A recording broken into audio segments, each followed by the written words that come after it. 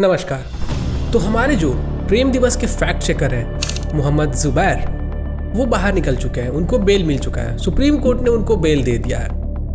वैसे भी कितने दिनों तक वो जेल के अंदर खैनी की मशीन लगा के खैनी काट के अपना गुजारा करता, एक न एक दिन तो बाहर निकलना ही था। और ये जो पूरा मामला है इसकी गहराई तक जाएंगे और मोहम्मद जुबैर की जो केस लड़ रही है वृंदा ग्रोवर, उनके बारे में भी हम लोग बात करेंगे और बहुत कुछ आपको जानने के लिए मिलेगा।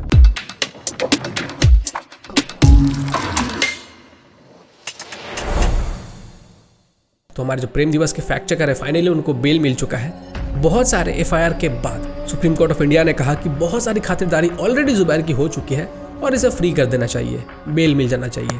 और इसके ऊपर जितने भी एफआईआर वगैरह है उसमें अब इसको वापस से अरेस्ट नहीं किया जाना चाहिए। तो वो वापस से बाहर आ चुका है और वो अपना प्रेम दिवस का फैक्ट चेकिंग काम शुरू करने वाला है। और यहाँ पे इंटरेस्टिंग बात ये निकल के आता है कि जब जुबैर के केस की हियरिंग हो रही होती है तो उस टाइम पे जो सुप्रीम कोर्ट के जज होते हैं वो कहते हैं कि जुबैर को हम लोग कैसे रोक सकते हैं ट्वीट करने से।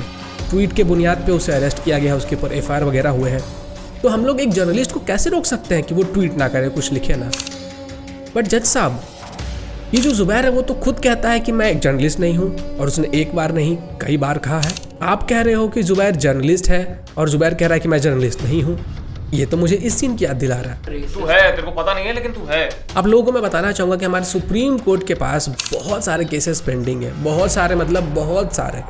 बट फिर भी हम लोग देखते हैं कि जब जुबैर जैसे लोगों की बात आती है तो सुप्रीम कोर्ट का दरवाजा खटखटाया जाता है और बार बार इनकी हियरिंग भी होती है। और वहीं पे दूसरी तरफ इतने सारे लोग जो अपने जस्टिस के लिए फाइट कर रहे हैं, कितने सालों से जेल के अंदर बंद है, जो कि इनोसेंट है, उनके केस की हियरिंग भी नहीं होती है। कई सालों तक वो केस पेंडिंग रहता है। चलिए मैं आपको बताता हूँ कि ये जो जुबैर है, इसकी जो लॉयर है, उनकी हिस्ट्री क्या है। और जो वृंदा ग्रोवर है, इनके केसेस कुछ अजीबोगरीब रहते हैं। द हिंदू का ये एक आर्टिकल आप देख सकते हो।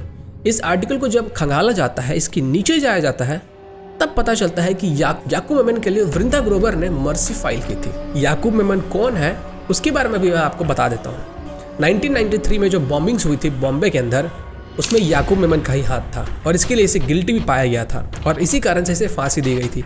और इसको बचाने के लिए कि याकूब मेमन को फांसी ना दी जाए, इसके लिए मर्सी फाइल किया था वृंदा ग्रोवर ने। एक आतंकवादी को बचाने के लिए मर्सी फाइल किया जा रहा है, देख रहे हो। और अभी तो ये लिस्ट शुरू हुई है, आगे आगे देखिए क्या क्या नज़ारे निकल के आते हैं। अजमल कसाब को तो आप लोग जानते ही होंगे, नहीं जानते हो कोई बात नहीं, मैं बता देता हूँ। अजमल कसाब वही है जिसने हमारे मुंबई के ऊपर अटैक किया था, हमला किया था और बहुत सारे लोगों को मौत के घाट उतार दिया था। जो 26/11 हमला हुआ था जिसमें 8-9 आतंकवादी आए थे, उसमें से एक ये भी था और इसको जिंदा पकड़ लिया गया था। इसने कितने सारे मासूम लोगों की जान ली थी, बच्चों तक को नहीं छोड़ा। जिसने इसे पानी पिलाया उसको भी इसने मार दिया था। वो तो हमारे पास तुकाराम ओम्बले जैसे बहादुर पुलिस वाले थे जिन्होंने जिंदा इस कसाब को पकड़ लिया था। तुकाराम ओम्बले चाहते तो अपने आप को बचा सकते थे, बट उन्होंने अपनी जान की परवाह किए बगैर कसाब को जिंदा पकड़ा। और इस कसाब को बचाने के लिए वृंदा ग्रोवर ने मर्सी फाइल किया था। देखिए इस लिस्ट में आप देख सकते हैं, यहाँ पे क्लियरली आपको दिखाई देगा कि वृंदा ग्रोवर ने मर्सी फाइल किया। वैसे तो इस लिस्ट में बहुत सारे लोग हैं, लेकिन उनके बारे में कभी और बात करेंगे।